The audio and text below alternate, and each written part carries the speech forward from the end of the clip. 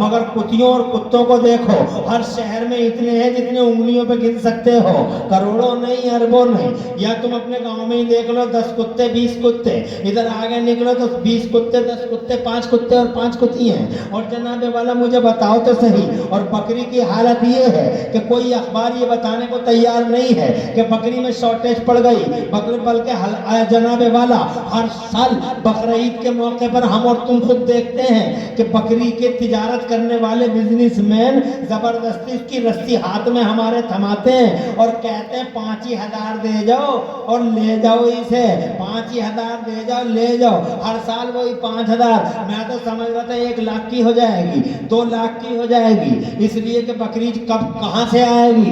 मगर ये अल्लाह है, शान वाला अल्लाह है, इज्जत वाला अल्लाह है, पावर वाला अल्लाह है, कुदरत वाला अल्लाह है, करिश्मे दिखाने वाला, अपनी कुदरत ज़माने को दिखाने वाला अल्लाह है। इसकी ये अल्लाह है जिसके जनाबे वाला पूरी दुनिया के पर्दे पे निशानियां फैली हुई है। खुदा की कसम, उसकी कुदरत का जलवा देखो कि बकरी पूरी दुनिया के अंदर फैलती चली जा रही है और जमाने से हराम चीज मिटती चली जा रही है। वजह क्या है? अल्लाह हलाल को बढ़ाता है, अल्लाह हराम को मिटाता है। अगर इतना समझ में आ गया हो तो फौरन सोच समझ लो, दरीचे खोल के कि करबला में 2 शक्तियां हैं, एक हुसैन है, एक यजीद की फौज है। हुसैन हलाल का अलम उठाता है, यजीद हराम का अलम उठाता है। रिजल्ट बिल्कुल क्लियर है कि करबला से पहले दुनिया में एक हुसैन और करबला के बाद दुनिया में करोड़ों है, वो हुसैन है जनाबे वाला। और यजीद है हराम का अलम उठाता है, करबला से पहले हजारों है और करबला के बाद सरमाया है।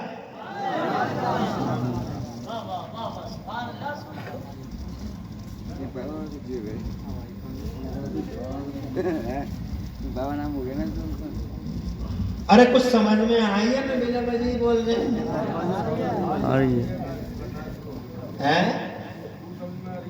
वो आ रही है ना। आगे बढ़ो। ऐसा हुसैन है जिसका नाम अल्लाह ने रखा, जिसके बाबा ऐसे, जिसकी माँ ऐसी, जिसके नाना ऐसे, इधर ये हैं उधर को गुनाहगार है जनाब वाला। मुसीबतें इधर टूट रही हैं, कयामतें इधर टूट रही हैं, नमाजियों पर, रोजेदारों पर, परहेजगारों पर, नबी के घर वालों पर, नबी के घर वालों पर। तुम सोचते होगे कि यार जब इनकी इतनी अप्रोच है, जब इनकी ऐसी रसाई है, तो ये शहीद क्यों हो रहे हैं? और वो कुत्ते इन जैसे नेकोकारों पे हावी कैसे हो गए? कभी कभी दिमाग में आती होगी ये बात, मगर मैं तुम्हें बताता हूं बहुत अच्छा। वो एक 15 सेकंड के बाद में तुम पूरी तारीख पहचान जाओगे। 15 सेकंड में मैं तुमसे ये कहना चाहता हूं। एक रेहान कमाली मौलाना पढ़ाते हैं, क्या नाम है अनाउंसर साहब? अब्दुल अलीम भाई पढ़ाते हैं, दानिश भाई पढ़ाते हैं, आपका भी कोई नाम? हाफिज अब्दुल कादिर ये भी पढ़ाते हैं, उत्तन भाई भी पढ़ाते हैं, और ये अफजल भाई भी पढ़ाते हैं, सब पढ़ा मैं, मुजम्मिल साहब भी पढ़ाते हैं, हम भी पढ़ाते हैं। पढ़ाने वाले, और तुमने स्कूल भी देखे और मकतब भी देखे, तो ये देखा कि जिसके सबक याद हो गया उससे कह दिया तेरी छुट्टी, तेरी, अरे सबक याद हो गया, छुट्टी हो गई, अब क्या करेगा बैठ के? ये हो गया सबक याद। कारी साहब ने हमसे भी कह दिया कि तो तुम्हारे सबक याद होगा, तुम जाओ। और जिसके सबक याद नहीं हुआ, डरे धूप में खड़ा हो जा, मुर्गा मन, सबक याद कर, ईंट रखो रे रखो, इसके पीठ पे ईंट रखो, याद तो ही होगा, छोड़ेगा नहीं उस्ताद जब तक याद ना हो। घर से भी कोई आ रहा है, आपका बुला रहे हैं इसे, आज के सबक याद नहीं, जाके कह दो अभी नहीं आएगा, सबक याद करके ही आएगा। यानी मैं ये कहना चाह रहा हूँ हमारे स्कूलों मदरसों मकतबों में ये कानून है कि जिसके सबक याद हो गया उसकी छुट्टी, और जिसके सबक याद नहीं हुआ उसकी छुट्टी नहीं। मगर अल्लाह के यहाँ ये कानून अलग है। सुभान अल्लाह कह लो। अल्लाह के यहाँ ये कानून, शहीद कैसे हुए, मुसीबतें क्यों टूटी, इतने नेकों पर, परहेजगारों पर, नबी के घर वाले हैं, रगों में खून है हुजूर का। तवज्जो है, ये तो खून है इनकी रगों में। हमने तो नबी के बालों में इतनी ताकत देखी। तवज्जो है तुम्हारी, नबी के बाल में इतना पावर देखा कि आपने नाम सुना होगा हजरत खालिद बिन वलीद का। ये हीरो है इस्लामी हिस्ट्री के।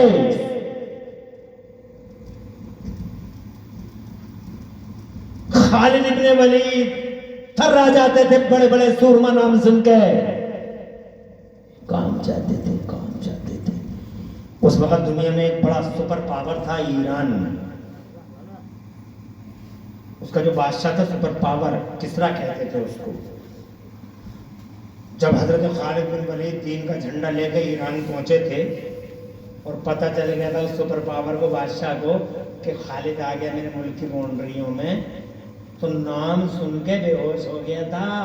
हिस्ट्री में लिखा है नाम सुन के सुपर पावर, यानी जो सबसे बड़ा बादशाह था उस जमाने का, खालिद बिन वलीद का नाम सुन के पीछे कोई गिर गया, ऐसे ही बेहोश हो गया, आंखें फैल गई।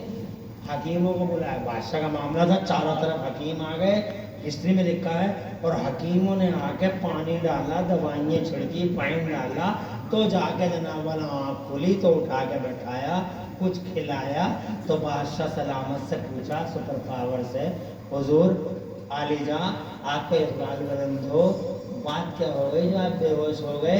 तो जनाब वाला वो कहने लगा, आंखें फाड़ फाड़ के कहता था, तारीख़ इस्लाम में लिखा है क्या मेरे मुल्क की सीमाओं में खालिद आ गया है। तो हकीम बोले किसी ने आपको बहका दिया, मिसगाइड कर दिया है, खालिद नहीं आया है ना, खालिद नहीं आया आपके मुल्क की बाउंड्रियों में।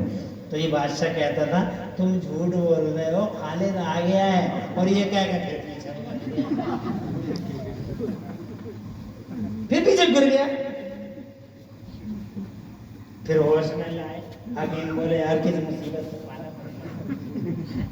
अब ये दोबारा बेहोश हो गया, फिर दोबारा तीसरी मरतबा, चौथी मरतबा, जी क्या बताऊं मैं तुम्हें, अब मैं ऐसे ही कहता रहूंगा तो कहीं 10 मिनट इसी में निकल, इसलिए मैं सीधी सीधी बात बताया जा रहा हूँ। तो बार बार होश में ला रहे थे और बार बार वो खालिद का नाम सुनकर फिर पीछे गिर जाता था।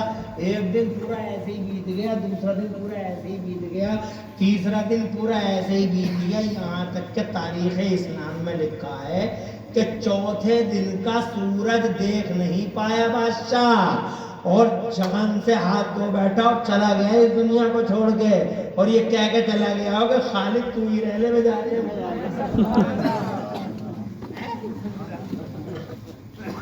खालिद बिन वलीद है इस्लामिक हिस्ट्री का आदिम शान हीरो, बतले जलील। हीरो का मतलब ये नहीं फिल्मी पढ़ते भाई ये कनकटे जो नजर आ रहे हैं, कान छिले हुए, ये चित्ते बुत्ते, कानों में बालियां पहनने बड़ी लंबी लंबी, और हीरो है। अब तो हीरो चूड़ी पहन के भी आते हैं फिल्मी पर्दे पे। डर ये है कि कहीं बच्चे चूड़ी ना पहनने लगे, तो कॉपी करता है सीधी सीधी।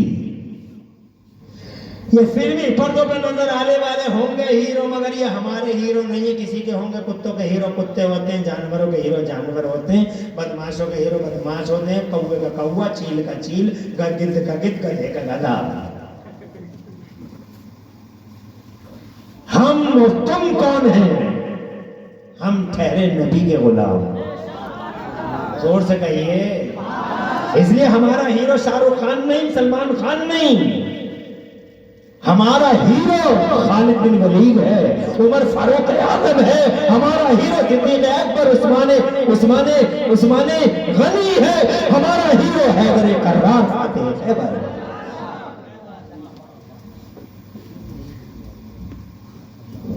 चौथे दिन का सूरज देख नहीं पाया।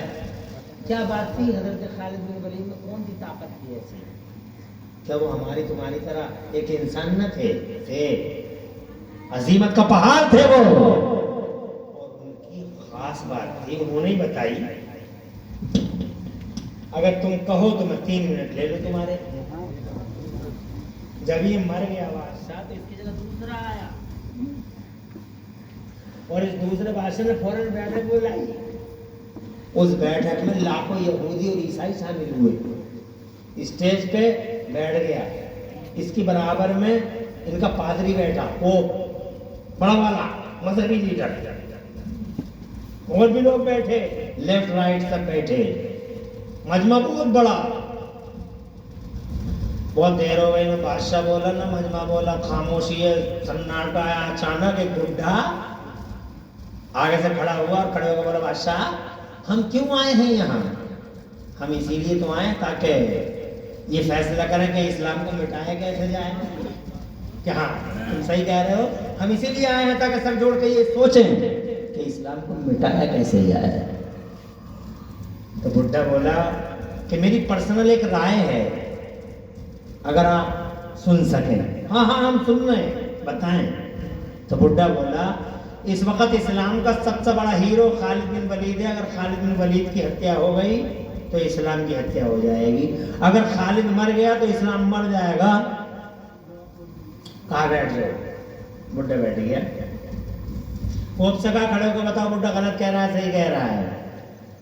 अब पोप खड़ा हुआ, पोप समझ रहे ना, मजहबी उनका रहनुमा खड़ा हुआ और खड़े होकर कहने लगा, खड़े होकर कुछ बोलना चाह रहा है। हिस्ट्री में लिखा खड़े होकर कुछ बोलना चाह रहा है, मगर उसकी आवाज़ ही नहीं निकल रही है। आवाज़ गले में उनकी चली गई, अल्फाज कटने लगे। तो जनाब बड़ा हैरान, बादशाह भी बड़ा हैरान के और सोचने पे मजबूर हो गया कि यार इसको तो फसीहुल लिसान था, बलीगुल बयान था, तलीकुल लिसान था, बोल स्पीकर था, इसे क्या हो गया, बोल ही नहीं पा रहा है। तो आखिरकार जब वो बोल नहीं पा रहा था तब बादशाह ने, नए वाले बादशाह ने उससे कहा, तुम तो कहते थे फसीहुल लिसान, मजमा देख के घबरा गए, 6 लाख का मजमा देख के घबरा गए, नहीं बोल पा रहा हो, बात नहीं बन पा रही है।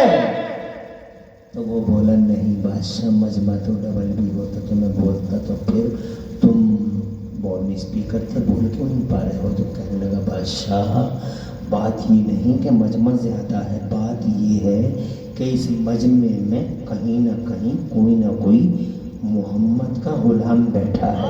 ये तो मुझे मालूम नहीं वो किधर बैठा है, मगर जिधर भी बैठा है उसकी हैबत ने मेरी जबान पर ताले डाल दिए हैं, वो मुझे बोलने नहीं दे रहा है। बड़ी जोर से हंसा बादशाह, बोले मोहम्मद का गुलाम, हैबत ने जबान पर ताले डाल दिए, अजीब सी बात कर रहा है। कहा कैसे पता लगे कि है कोई? का बिल्कुल क्लियर है, बुलंद आवाज वाले को बुलाइए और वो यहाँ आवाज लगा दे आके, इस मजमे में कोई भी मोहम्मद का गुलाम हो, उसे उसके मोहम्मद का वास्ता उठ के खड़ा हो जाएगा। बादशाह मेरे यकीन है वास्ता दिया जाएगा तो जान की फिक्र नहीं होगी, उसे मोहम्मद के वास्ते की फिक्र होगी, उठ के खड़ा हो जाएगा। ऐसे ही हुआ, एक बुलंद आवाज वाला आया और जनाब वाला उसने ऊंची आवाज में बात की और ऊंची आवाज में बोला, इस पूरे मजमे के अंदर अगर कहीं कोई मोहम्मद का गुलाम बैठा हो तो उसे उसके मोहम्मद का वास्ता उठ कर खड़ा हो जाए।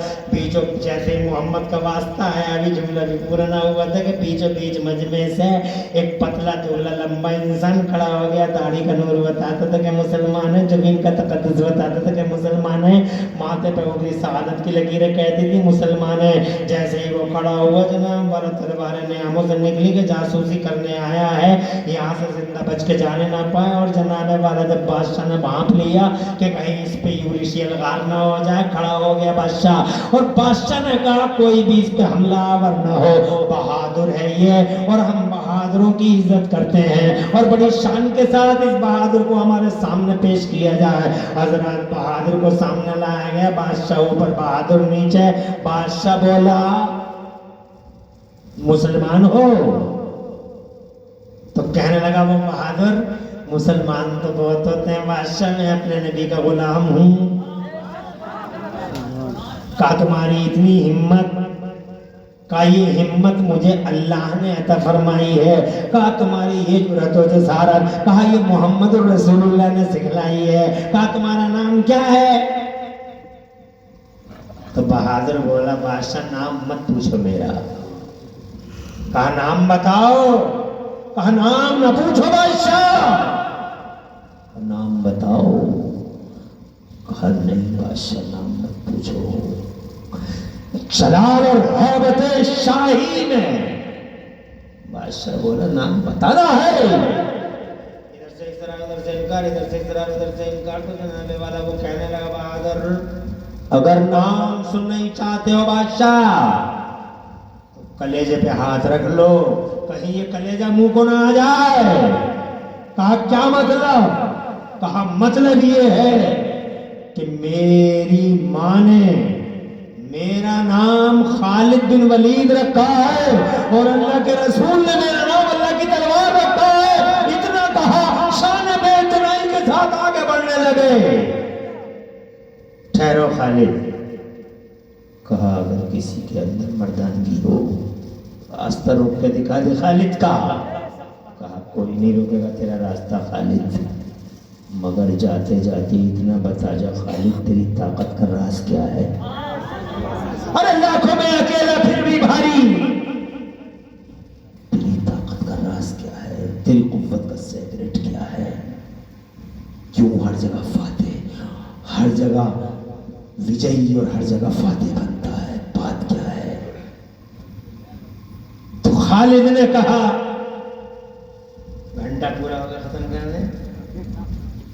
अरे और सुना ले तो हाथ उठाओ ना, सुनाओ सुनाओ। ऐसे ही सुना लेंगे क्या? अभी तो बहुत बातें हैं करने की। 2 घंटे बोल दे। कोकावास नवादा वाले तो माशाल्लाह कई घंटे तक सुनते रहते हैं, मगर हम 2 घंटे नहीं थोड़ी देर और बोलेंगे। हम करबला की बात, हम ये कहना चाह रहे हैं आपसे कि उनकी रगों में खून है मुस्तफा का।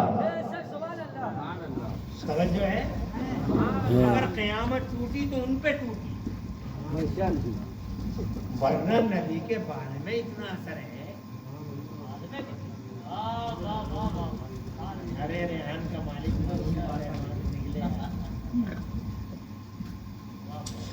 ये बता जा तेरी ताकत का राज है क्या? तो खालिद बिन वलीद ने कहा मेरी ताकत का राज बादशाह मेरी टोपी है। कहा क्या है इस टोपी में ऐसा? तो खालिद मुस्कुरा के लाखों के सामने बोले मेरी ताकत का राज मेरी टोपी है बादशाह। क्या है इस टोपी में? कहा इस टोपी में मेरे महबूब का बाल रखा हुआ है, मुस्तफा का मुंह मुबारक रखा है, के लाल का बाल है। अब मैं आपसे कहना चाहता हूं, वो जो अभी रेहान कमाली ने कहा जब बाल में इतना पावर है तो आल में कितना पावर होगा, जब बाल में इतना दम है तो खून में कितना दम होगा। हुसैन है वो जिसकी रगों में हुजूर का खून है। जब बाल में ऐसा असर है तो हुसैन में कैसा असर होगा? फिर भी क़यामत इधर टूटी क्यों? जो है इसलिए कि तुम्हारे स्कूलों का निजाम अलग है। जिसको सबक याद हो गया उसकी छुट्टी हो गई, मगर अल्लाह के यहाँ का कानून जरा अलग है।